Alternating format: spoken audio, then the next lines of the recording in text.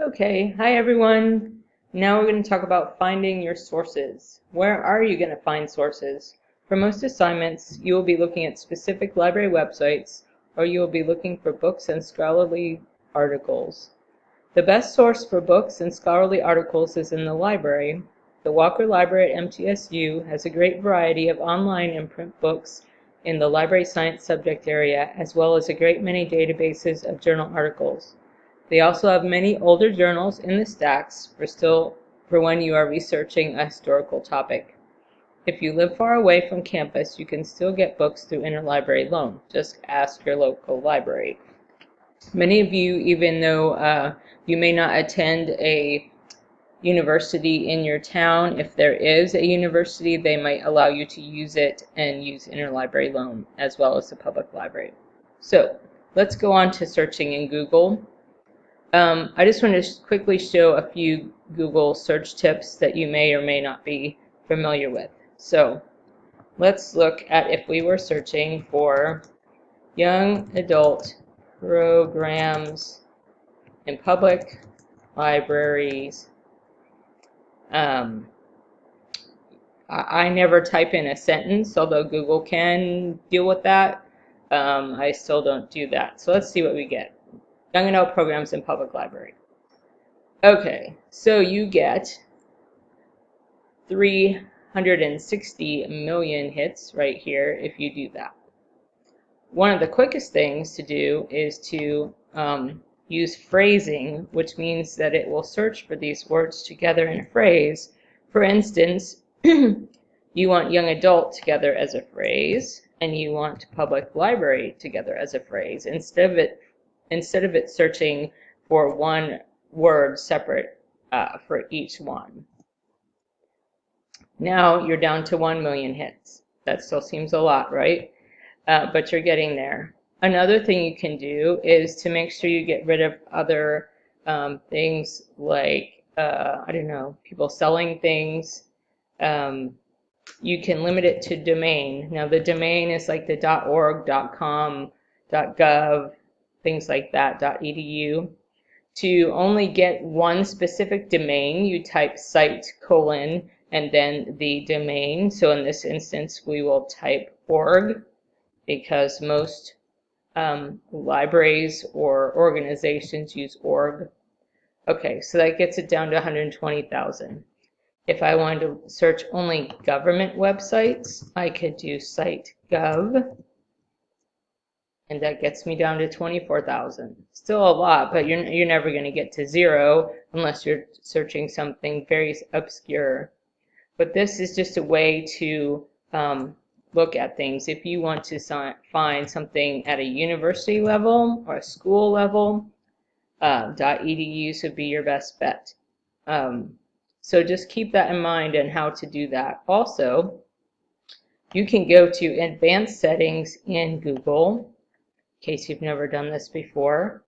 So in advanced search, you have a lot of options here which you can look through that will also help you to narrow down your searches. You can find some scholarly journal articles in Google Scholar.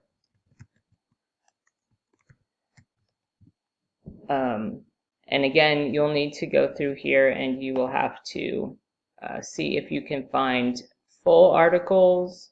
It's not the best place to go, but there are some that are open access journals that you can find just in Google. Now let's go to the library databases at Walker here. So to go to the library, your school library, you go to library.mtsu.edu, and this will bring up this page. If you are looking for a journal article, you can start typing in the Joule search, which will find everything everywhere in the library. If you are wanting to look for a book specifically, you would look in the catalog. So let's just put in young adult programming and see what comes up. Now I didn't limit it to title. Of course, you know you can limit it to title, author, subject, blah, blah, blah. But what do we have here? So first search that comes up, reading program for young adults. 50 theme-related units for public school libraries. This book is available, and it is a print book, so it is on the shelf. So you'd have to come in and get it, or request to interlibrary loan it from your local library. So in here are, this book here is an ebook. You can tell because it says Connect, and you can read that online. It's a fully online ebook. So quick tutorial on books in the library. Let's go back to the main page. So, but I just want to search the databases. So I'm going to go to Young Adult Programming Libraries. Just type Go. All right, so you see that it put it all on one line, and that if I wanted to break it up, I could go here and put Young Adult. I also might want to open it up to young adults or adolescents or teenagers or whatever. Programming and libraries. Whoops. Okay, so let's search using that term. Okay, so you can further mess with that as much as you want to. You can limit it to scholarly or peer-reviewed journals, which cuts it down to 443. Fighting fake news, that's a hot topic, so let's go with this one. Here we have a journal article. It is in Young Adult Library Services.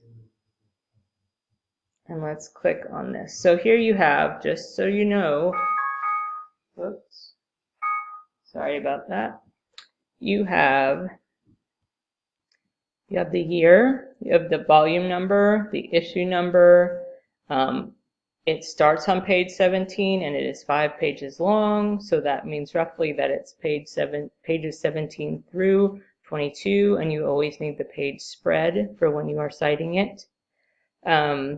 I'm going to look at this article, I'm going to click on PDF full text. We'll bring it up just like it appears in print, if it is in print at all. So as you scan down this, you can see that at the bottom of the page, again, you can see that it's summer of 2017. It's in Young Adult Library Services. And page numbers. So this is where you get your page numbers for the article. Whenever you're looking for articles, obviously you want to read the whole thing. If we don't have access to the whole thing, you need to try to get it from interlibrary loan, or sometimes you have to click through a few more buttons to get to the full access. But let's go back to this. I